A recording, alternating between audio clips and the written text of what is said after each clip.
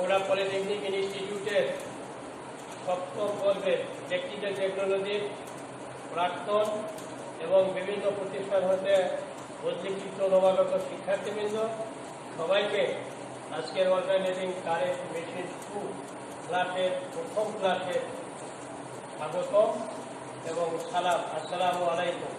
আশা করি সবাই ভালো আছো। এই করোনাকালীন সময়, মহামারীর সময় স্বাস্থ্যবিধি মেনে চলবে। আমি আশা করব যেন আমার শিক্ষার্থীরা সবাই ভালো থাকে এবং সুস্থ থাকে। আজকে তোমাদের প্রথম ক্লাস সাবজেক্টের নাম দেখা যাচ্ছে যে অল্টারনেটিং কারেন্ট মেশিন 2, ইংরেজিতে বানান লেখা আছে নিচে। দেখা যায় যে একজন শিক্ষার্থীকে যদি বলা হয় তোমার বিষয়ের নাম ইংরেজিতে লেখো, কমপক্ষে 30% শিক্ষার্থী এটা পারে না। আমার মনে হয় শুরু থেকেই সমস্ত কিছু ভালোভাবে নাম, এরপর বিষয় কোডটা ওখানে দেওয়া যায়। বিষয় কোড হবে 66771 66771। এই যে কোডে 667, এটা হলো তোমার টেকনোলজির। এর পরবর্তী 7 হলো পর্বের কোড, অর্থাৎ সপ্তম পর্ব, এবং 1 হলো এই সপ্তম পর্বের 1 নাম্বার সাবজেক্টের পরিচিতি। এই সাবজেক্টের ক্রেডিট 4, থিওরি 3, প্র্যাকটিক্যাল 1। আমরা জানি যে প্রতি ক্রেডিটে 50 মার্ক, তাহলে থিওরিতে অবশ্যই হবে 150, প্র্যাকটিক্যালে হবে 50। থিওরিতে 150, এদের 60% মার্কের উপরে পর্ব সমাপনী পরীক্ষা হবে এবং 40% উপরে ধারাবাহিক মূল্যায়ন হবে। এই ধারাবাহিক মূল্যায়নের 20% হবে পর্ববদ্ধ পরীক্ষা, 6% হবে ক্লাস টেস্ট, 4% হবে কুইজ, 5% হবে অ্যাসাইনমেন্ট এবং প্রেজেন্টেশন, আর 5% হবে উপস্থিতির উপর। এই হলো 40%। এই যে উপস্থিতির 5%, এটার আবার ব্যাপার আছে। এটা সবাই প্যাটার্ন করো নাও পাবে। 90% উপরে যদি হয় তাহলে 5 মার্ক পাবে। আর যদি উপস্থিতি 80% থেকে 90% ভিতরে হয় তাহলে তুমি মার্ক পাবে 4। আর উপস্থিতি যদি এর নিচে হয় তাহলে 0 পাবে। এখন তুমি হিসাব করে নিবে এই সেমিস্টার শুরুর প্রথম থেকে কত নাম্বার পাবে, কত ক্লাস করবে। আজকে যে ক্লাস হচ্ছে এর জন্য উপস্থিতি থাকবে। ওটা শুরু থেকেই আমি আশা করব যে অনলাইন যেগুলো ক্লাস সবগুলোতেই উপস্থিত থাকবে এবং হাজিরা শতভাগ দেওয়ার চেষ্টা করবে। এখন আমরা আছি বিষয়ের উপরে, অল্টারনেটিং কারেন্ট মেশিন এর প্রথম অধ্যায়। প্রথম অধ্যায়ে দেওয়া আছে অল্টারনেটরের মূলনীতি। এর 1.1 এখানে আছে অল্টারনেটরের মূল। অল্টারনেটর কি? আমরা জানি জেনারেটর কি, এসি জেনারেটর, এই নাম শুনছি। এসি জেনারেটর কি অল্টারনেটর বলা হয়, কারণ যেহেতু অল্টারনেটিং ভোল্টেজ সরাসরি লোডে প্রয়োগ করা হয়, এই জন্য এটাকে বলা হয় অল্টারনেটর। সঙ্গে আমরা কিভাবে বলতে পারি? সঙ্গে বই থেকে মুখস্থ করবে, অথবা এখানে দেওয়া আছে যে মেশিনের সাহায্যে যান্ত্রিক শক্তিকে বৈদ্যুতিক শক্তিতে রূপান্তর করা যায় তাকে বৈদ্যুতিক জেনারেটর, এসি জেনারেটর হোক বা ডিসি জেনারেটর। আর যে জেনারেটরের আর্মেচার কয়েলে আবেশিত পরিবর্তনশীল ইএমএফকে সরাসরি পরিবাহীর মাধ্যমে লোডে সরবরাহ করা হয় তাকে এসি জেনারেটর বা অল্টারনেটর বা সিনক্রোনাস জেনারেটর বলা হয়। যেহেতু ডিসি জেনারেটর এবং এসি জেনারেটর উভয়ের গঠনের সামান্য কিছু প্রভাব হলেও উভয় জেনারেটরের যেখানে ইএমএফ আবেশিত হয় বা উৎপন্ন হয় এখানে পরিবর্তনশীল ইএমএফই আবেশিত। কিন্তু ডিসি জেনারেটরে এটাকে আমরা কমিউটেটর, স্লিপ রিং বা ব্রাশ এগুলোর মাধ্যমে ডিসি করে লোডে সরবরাহ করে। আর এসি জেনারেটর বা অল্টারনেটর বা সিনক্রোনাস জেনারেটর এতে আর্মেচার কয়েলে যে ইএমএফ আবেশিত হয় এসি বা পরিবর্তনশীল, এটাকে সরাসরি পরিবাহীর মাধ্যমে লোডে বা আমাদের প্রয়োজনের ক্ষেত্রে গ্রিডে বা অন্য কোনো জায়গায় সরবরাহ করা হয়। এই হলো সঙ্গে ওই জায়গায় ভালো করে মুখস্থ করবে বা এটা মুখস্থ করবে। এরপরে আছে 1.2, এখানে আসতেছে অল্টারনেটরের মূলনীতি। অল্টারনেটরের মূলনীতি বলতে অল্টারনেটরে কিভাবে ইএমএফ আবেশিত হয় এটা জানা আছে, ডিসি জেনারেটর থেকে জানা আছে, আমি তাও বলতেছি। অল্টারনেটরে যে ইএমএফ আবেশিত হয় একে বোঝার জন্য তোমাকে অবশ্যই ফ্যারাডের সূত্র জানতে হবে। ফ্যারাডের প্রথম সূত্র এবং দ্বিতীয় সূত্র আবার নতুন করে ভালোভাবে মুখস্থ করবে, বোঝার চেষ্টা করবে। আমি আবার বলতেছি, ফ্যারাডের প্রথম সূত্র হলো যে কোনো পরিবাহীর সাথে সংযুক্ত চুম্বক বলরেখার মানের যদি পরিবর্তন হয় তাহলে ওই পরিবাহীতে ইএমএফ আবেশিত হবে। আর 2 নম্বর সূত্র হলো যে কোনো পরিবাহীতে বা কোনো জেনারেটরে যে পরিমাণ ইএমএফ আবেশিত হয় এতে চুম্বক বলরেখার পরিবর্তনের হার এবং এর পেয়ার সংখ্যের সমানুপাতিক। এখন যে পরিবর্তনের হার কি, আমরা ফ্যারাডের সূত্র বললাম যে কোনো পরিবাহীর সাথে সংযুক্ত চুম্বক বলরেখার মানের যদি পরিবর্তন ঘটে তাহলে ওই পরিবাহীতে ইএমএফ আবেশিত হবে। এর আগে একটু গঠনের দিক দিয়ে আমরা জানি যে ডিসি জেনারেটর এবং এসি জেনারেটর উভয়ের গঠন একই রকম প্রায়, শুধু তফাৎটা হলো যে ডিসি জেনারেটরের এখানে ভোল্টেজ উৎপন্ন হবে অর্থাৎ আর্মেচার কয়েল এটাকে গতিশীল রাখে। আর এসি জেনারেটরের কিছু সুবিধার জন্য এর চুম্বক ক্ষেত্রকে গতিশীল করতে হবে এবং আর্মেচার কয়েলকে স্থির রাখবে। তাহলে এখন আমরা মূলনীতিতে আসি। মূলনীতি আমরা প্রথমেই বললাম যে কোনো পরিবাহীর সাথে সংযুক্ত চুম্বক বলরেখার মানের যদি পরিবর্তন ঘটে তাহলে সেটাকে ওই পরিবাহীতে ইএমএফ আবেশিত হবে। চুম্বক বলরেখার মানের পরিবর্তন, চুম্বক বলরেখাকে আমরা কি অক্ষর দ্বারা লিখি? হাই। হাই কিসের প্রতীক? ফ্লাক্স। ফ্লাক্সের প্রতীক হলো হাই। ফ্লাক্সের প্রতীক হাই। আর এর একক হলো ওয়েবার। ফ্লাক্সের প্রতীক হাই, একক ওয়েবার। ফ্লাক্স কাকে বলে? চুম্বক বলরেখার সমষ্টিকে বলা হয় ফ্লাক্স। আর ফ্লাক্সের একক ওয়েবার। 1 ওয়েবার সমান কতগুলো লাইন লাগবে, কতগুলো চুম্বক বলরেখা লাগবে? 10⁸ লাইন। এত লাইন হবে 1 ওয়েবার, মানে এটা হলো চুম্বক বলরেখা। এখন চুম্বক বলরেখার পরিবর্তনটা হলো এই আমার একটা পরিবাহী, এটা এ বি একটা পরিবাহী, এর সাথে চুম্বক বলরেখার চুম্বক বলরেখা সংযুক্ত হচ্ছে। এখন দেখা গেল এই সময়ে এর সাথে 4টে চুম্বক বলরেখা সংযুক্ত আছে। তাহলে 4টে চুম্বক বলরেখা সংযুক্ত আছে। 4টে চুম্বক বলরেখা যদি হয় তাহলে এটা হবে এত ওয়েবার, Fi1।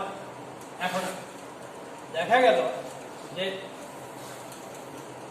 0.5 সেকেন্ড পর এখানে সংযুক্ত চুম্বক বলরেখা হয়ে গেল 8টা। এই ক্ষেত্রে Φ2 সমান কত হবে? Φ2 সমান হবে 8 গুণন 10⁻⁻8 ওয়েবার। এই যে 0.5 সেকেন্ডে চুম্বক বলরেখা F1 থেকে F2-তে চলে গেল, তাহলে পরিবর্তন হলো কত? এটা বড়, এটা ছোট। পরিবর্তনটা হলো এই ফাই 2 বিয়োগ ফাই 1, এইটা হলো পরিবর্তন। এই পরিবর্তনের হার যদি আমরা বের করতে যাই তাহলে এখানে সময় দিয়ে ভাগ করতে হবে। সময়টা কি, ওই যে ওখানে দেওয়া আছে 0.5, এটা যে ভাগ করলে যেটা হবে এটা হলো পরিবর্তনের হার। তাহলে আমরা জানলাম যে কোনো পরিবাহীতে বা কোনো কয়েলে যে ইএমএফ আবেশিত হয় এতে ওই পরিবাহী বা কয়েলের সাথে সংযুক্ত চুম্বক বলনাকার পরিবর্তনের হারের সাথে সমানুপাতিক। এটা হলো ফ্যারাডের প্রথম সূত্র। আর দ্বিতীয় সূত্র হলো যে এই পরিবাহীতে কি পরিমাণ ইএমএফ আবেশিত হবে সেটা নির্ভর করবে চুম্বক বলনাকার পরিবর্তনের হার এবং এই পরিবাহী বা কয়েলের যে পেয়ার শক্তি, এই দুটের গুণফলের সরাসরি সমানুপাতিক। আমরা ফ্যারাডের সূত্র জানলাম। এখন তাহলে অল্টারনেটরে কিভাবে ভোল্টেজ উৎপন্ন হয়। অল্টারনেটরে যেহেতু এসি জেনারেটর, আমরা জানি যে এখানে ফিল্ড গতিশীল হবে আর আর্মেচার কয়েল স্থির থাকবে। গতিশীল করার কারণ কি, ওই যে পরিবাহীর সাথে সংযুক্ত চুম্বক বলনাকার মানের পরিবর্তন ঘটাতে হবে। যদি মানের পরিবর্তন ঘটানো যায় তাহলে ওই পরিবাহীতে ভোল্টেজ উৎপন্ন হবে বা কয়েলে ভোল্টেজ উৎপন্ন হবে। এখন একটা এসি জেনারেটর, এখন তো যুগ অনেক পরিবর্তন হয়ে গেছে, ইউটিউব আছে বা অন্য কিছু আছে, এইগুলোতে তোমরা সার্চে দেখে নেবে যে অল্টারনেটরের গঠন কীরকম, অল্টারনেটরের স্টেটর কি, রোটর কি। তাহলে অল্টারনেটরে বা জেনারেটরের প্রধান অংশগুলো দুটো, একটা স্টেটর বলা হয়, একটাকে রোটর বলা হয়। স্টেটর যেটা স্থির থাকবে, যেটা গতিশীল হবে সেটা হলো রোটর। এখন অল্টারনেটরে গতিশীল হবে কি, গতিশীল হবে ফিল্ড, যেখানে চুম্বক ক্ষেত্র সৃষ্টি হয়। আর আর্মেচার কয়েল যেটা, এটা স্থির থাকে। তাহলে এই ক্ষেত্রে জেনারেটরে এই আর্মেচার কয়েল যেটা, আর্মেচার বাইরে থাকবে, এই বডির সাথে আর্মেচার কোর লাগানো থাকবে। এই আর্মেচার কোরের নিচের অংশে খাঁজ থাকবে, এরকম খাঁজ থাকবে, এখানে খাঁজ থাকবে, এটা খাঁজ, এই খাঁজগুলোতে কয়েল পেঁচানো থাকবে। আর এর ভিতরে থাকবে চুম্বক ক্ষেত্র বা ফিল্ড। এটাকে স্থির চুম্বক ক্ষেত্রে পরিণত করা। আবার বলতেছি আমি যে কি হবে, এই যেটা স্থির অংশ সেটা হলো আর্মেচার কয়েল, এইটা অল্টারনেটরের বাইরের অংশে থাকবে। বডি এর নিচে ষোলো থাকবে, ওই ষোলোটে কয়েল পেঁচানো থাকবে।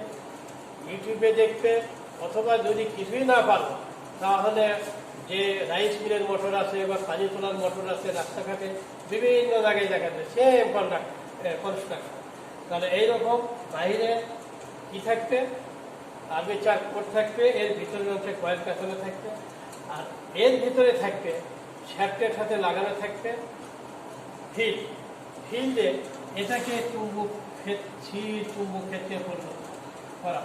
আমরা যদি এইরকম ভাবে দেখাই যে এইটাই একটা,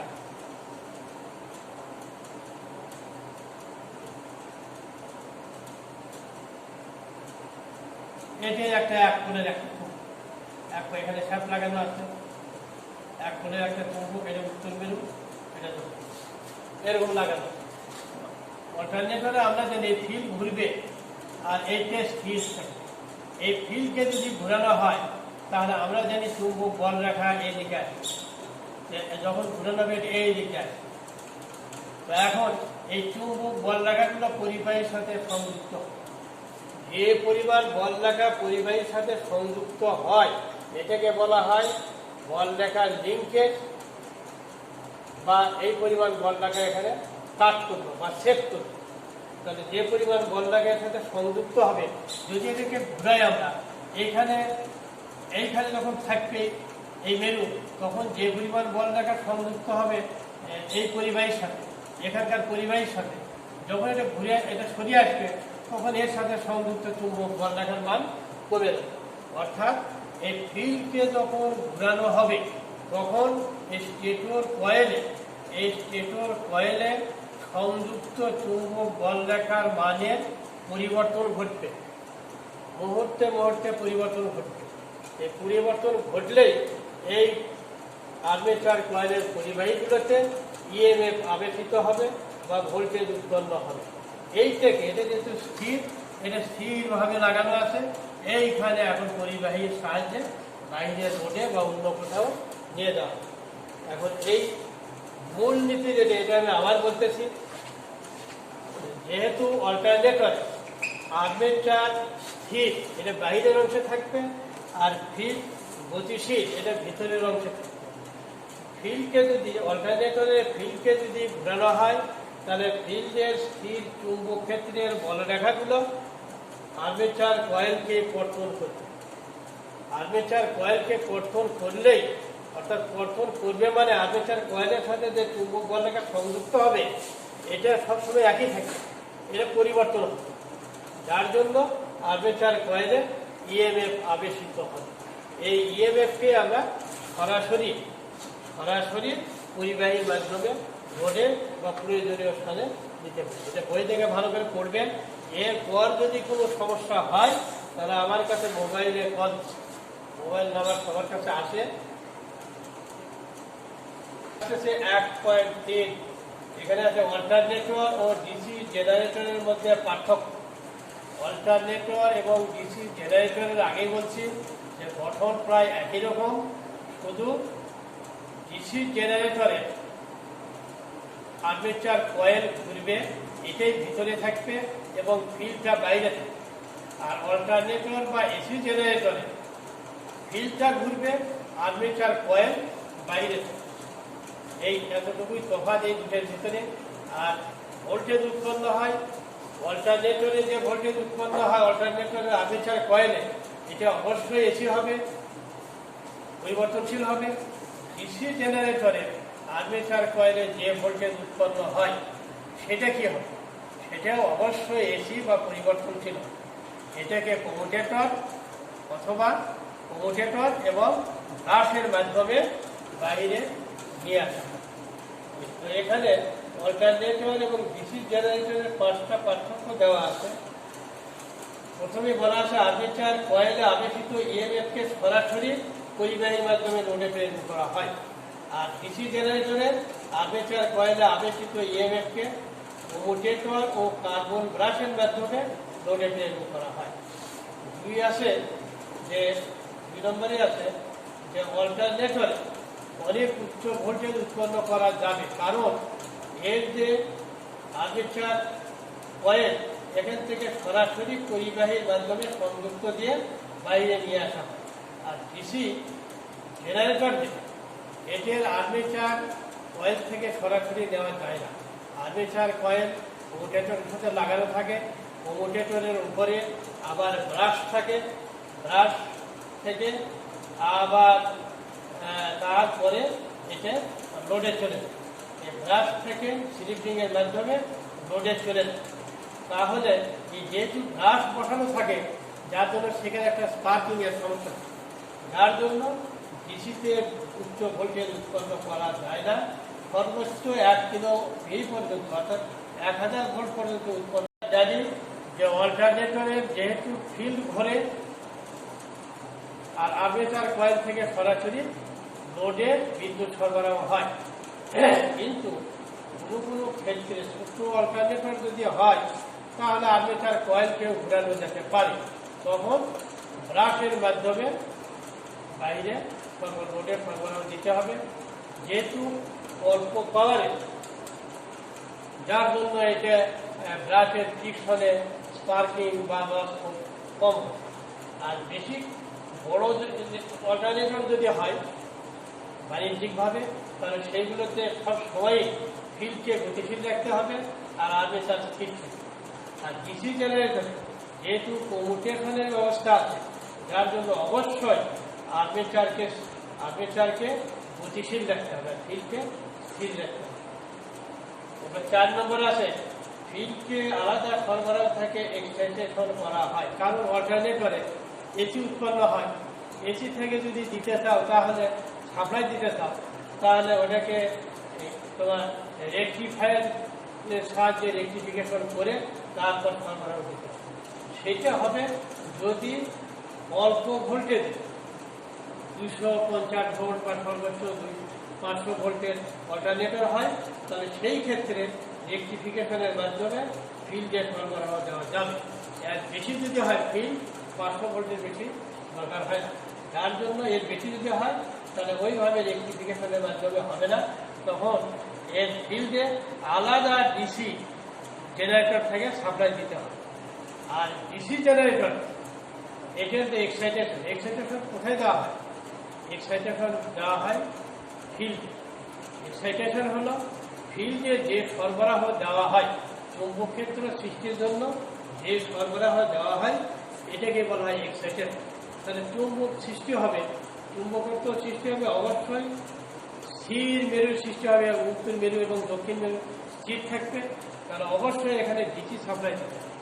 ডিসি জেনারেটর যেহেতু, তাহলে ডিসি জেনারেটর থেকে সরাসরি সরবরাহ নিয়ে ওই ফিল্ডে সরবরাহ দেওয়া যাবে। 5 নম্বরে হলো ফিল্ড কোড সিলিয়েন্ট বা নন সিলিয়েন্ট বা সিলিন্ড্রিক্যাল হতে পারে, অর্থাৎ এটার ক্ষেত্রে ফিল্ড যেটা সেটা চাকার মতো ব্যাস বেশি হতে পারে অথবা ব্যাস কম লম্বার দিকে বেশি, এটাও হতে পারে। কিন্তু ডিসি জেনারেটরের ক্ষেত্রে সর্বদাই ফিল্ড অর্থাৎ যেখানে চুম্বক ক্ষেত্রের সৃষ্টি হবে এটা সিলিয়েন্ট হতে হবে, অর্থাৎ চাকার মতো ব্যাস বেশি হবে এবং পোল সংখ্যা বেশি। আরও কিছু পার্থক্য তোমাদের বইয়ে দেওয়া আছে, এগুলো দেখে পড়ে নেবে, এরপরের অধ্যায়ে আসে।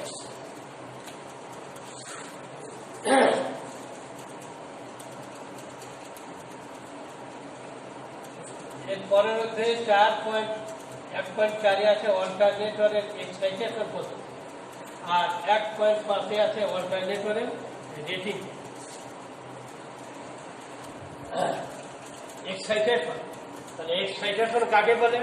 অল্টারনেটরের চৌম্বক ক্ষেত্রকে এনার্জাইজ করার জন্য যে সরবরাহ দেওয়া হয় এটাকে বলা হয় এক্সাইটেশন। কি সরবরাহ দিতে হবে? অবশ্যই ডিসি সরবরাহ দিতে হবে। আর যার মাধ্যমে সরবরাহ দেওয়া হবে ফিল্ডে তাকে বলা হয় এক্সাইটেশন। এক্সাইটর, এই এক্সাইটর থেকে ওখানে সরবরাহ দেওয়ার পদ্ধতিটাই হলো বা সরবরাহ দেওয়াই হলো এক্সাইটেশন।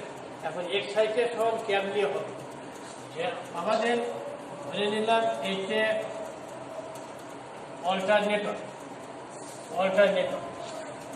অল্টারনেটরের ফিল্ড চুম্বক ক্ষেত্র, ধরে নিলাম এটা চুম্বক ক্ষেত্র। এই চুম্বক ক্ষেত্রটি তোমার সরবরাহ দিতে হবে, অবশ্যই একটা ডিসি জেনারেটর থেকে সরবরাহ দিতে হবে। এই ডিসি জেনারেটর হয় এই অল্টারনেটরের সাথে লাগানো থাকবে অথবা বেল দিয়ে হোক বা অন্য কোনো পদ্ধতিতে হোক, গিয়ার দিয়ে হোক, এর সাথে এই ডিসি জেনারেটর, যে ডিসি জেনারেটর থাকে এই অল্টারনেটরের ফিল্ড বলতে কি, যে চুম্বক ক্ষেত্র যেটা তৈরি করা হয় যেটা ধরে এই চুম্বক ক্ষেত্রে যে সাপ্লাই দেওয়া হবে এটা অবশ্যই একটা ভিন্ন ডিসি জেনারেটর থেকে দেওয়া হবে। এটা পজিটিভ প্রান্ত, এটা নেগেটিভ, অবশ্যই দিতে হবে। তাহলে এইভাবে এক্সাইটেশন দিতে হবে, অর্থাৎ অল্টারনেটরের এটা অল্টারনেটরের ফিল্ড, অল্টারনেটরের ফিল্ডে অবশ্যই একটি আলাদা ডিসি জেনারেটর থেকে সরবরাহ দিয়ে এই ফিল্ডকে উত্তেজিত করতে হবে। যদি জেনারেটর খুব বেশি বড় হয় তাহলে এই জেনারেটরের যে ফিল্ড আছে এটাকে আবার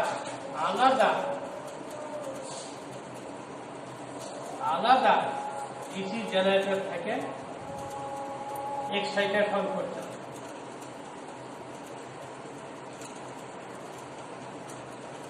আলাদা ডিসি জেনারেটর থেকে এক্সাইটেশন করতে হবে। আর এই জেনারেটরে যেটুকুভাবে এক্সাইটেশন করা যাবে হয়তো স্টোরেজ ব্যাটারি দিয়ে এক্সাইটেশন করা যাবে, অথবা এই শান্ট ফিল্ডও হতে পারে, সাথে শান্টে লাগিয়ে দিয়েও করা যাবে, এইভাবে করা।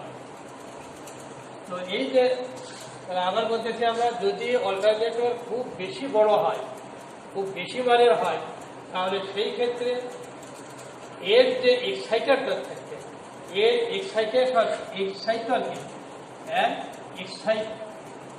এক্সাইটার কি অর্থাৎ এটা আবার বলতেছি যে অল্টারনেটরের যে ফিল্ড থাকবে, এই ফিল্ডকে যে ডিসি জেনারেটর থেকে এক্সাইটেশন দেওয়া হবে, এই জেনারেটরের ফিল্ডকে, এটা হলো এই জেনারেটরের ফিল্ড। এই জেনারেটরের ফিল্ড, এটা যদি জেনারেটর 1 হয়, তাহলে জেনারেটর 1 এর ফিল্ড।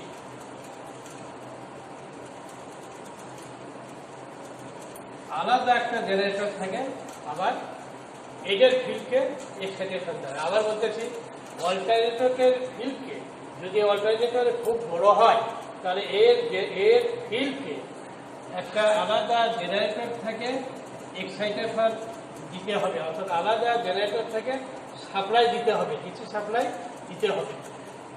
যদি অল্টারনেটর খুব বড় হয়, তাহলে এই অল্টারনেটরের ফিল্ডকে যে জেনারেটর থেকে সাপ্লাই দিবে, এই জেনারেটরের ফিল্ডকে আবার অন্য একটা জেনারেটরের সাহায্যে সরবরাহ দেওয়া হয় বা এক্সাইটেশন দেওয়া হয়। এই জেনারেটরের যে ফিল্ড, এই জেনারেটরের ফিল্ড, এটাকে স্টোরেজ ব্যাটারি দিয়েও করা যেতে পারে, যদি দরকার হলে স্টোরেজ ব্যাটারি লাগা যেতে পারে, অথবা এর শান্ট ফিল্ডও ব্যবহার করতে পারে। এই যে দুইটা জেনারেটর ব্যবহার করা হলো, এই জেনারেটরকে বলা হয় পাইলট এক্সাইটার। Pilot Exeter. আর এটাকে বলা হয় মেইন এক্সাইটার। মেইন এক্সাইটার হলো কি, যার সাহায্যে অল্টারনেটরের ফিল্ডকে এক্সাইটেশন করা হয়। আর পাইলট এক্সাইটার হলো যে মেইন এক্সাইটারের ফিল্ডকে যার সাহায্যে এক্সাইটেশন করা হয়, সেটাকে বলা হয় পাইলট এক্সাইটার। এটা বই থেকে বিস্তারিত পড়ে নেবে।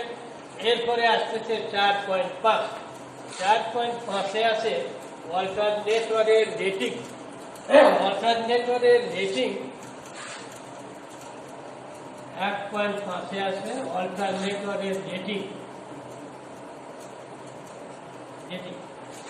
অল্টারনেটরের রেটিং কিসে হয়?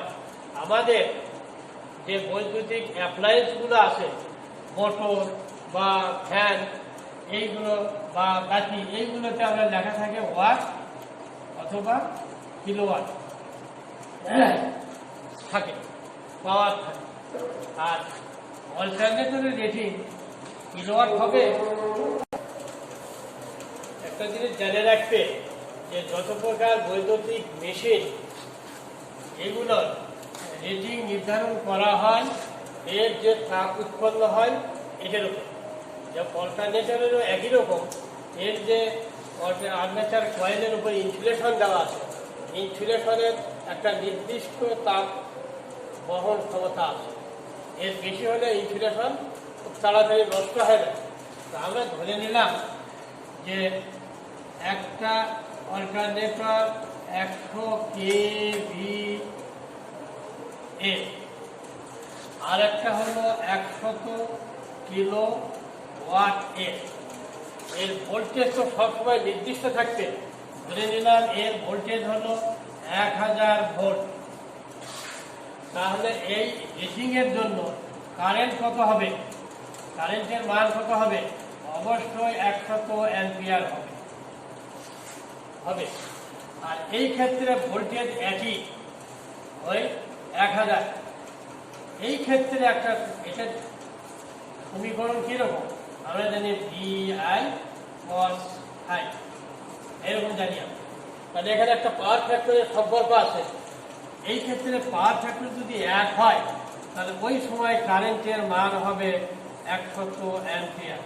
যদি পাওয়ার ফ্যাক্টর 1 হয়। যদি পাওয়ার ফ্যাক্টর 0.5 হয় তাহলে তখন কারেন্টের মান হয়ে যাবে 200 অ্যাম্পিয়ার। যদি পাওয়ার ফ্যাক্টর 0.5 তাহলে এইগুলো গ্রহণ করলে এই 100 ওয়াট। যদি পাওয়ার ফ্যাক্টরের মান 0.8 হয়, 0.8 যদি হয় তাহলে সেই ক্ষেত্রে আসবে কারেন্টের মান আসবে 125 অ্যাম্পিয়ার। আর পাওয়ার ফ্যাক্টর যদি হয় 0.8 এরকম যদি হয় তাহলে দেখা যাচ্ছে যে যদি আমাদের রেটিং কিলোওয়াট আওয়ারে হয় তাহলে এই নির্দিষ্ট কিলোওয়াট রেটিং যদি কিলোওয়াটে হয় তাহলে নির্দিষ্ট কিলোওয়াট সরবরাহ করতে হলে লোডে সরবরাহ করতে হলে যদি লোডের পাওয়ার ফ্যাক্টর ইউনিটি থাকে তাহলে 100 অ্যাম্পিয়ার কারেন্ট প্রবাহিত হবে। যদি পাওয়ার ফ্যাক্টর অর্ধেক হয়ে যায় তাহলে 200 অ্যাম্পিয়ার কারেন্ট প্রবাহিত হবে।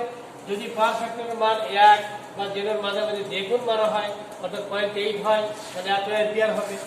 কারেন্ট যত বেশি হবে আর্মেচার কয়েলের তাপ উৎপন্ন তত বেশি হবে।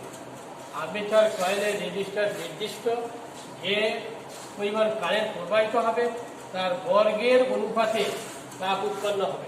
তাহলে কারেন্টের মান যত বেশি হবে দ্বিগুণ কারেন্ট যদি হয় 4 গুণ তাপ উৎপন্ন হবে। এই যদি হয় তাহলে এটা গ্রহণ করলে যা হয় অত গুণ কারেন্ট প্রবাহিত হবে।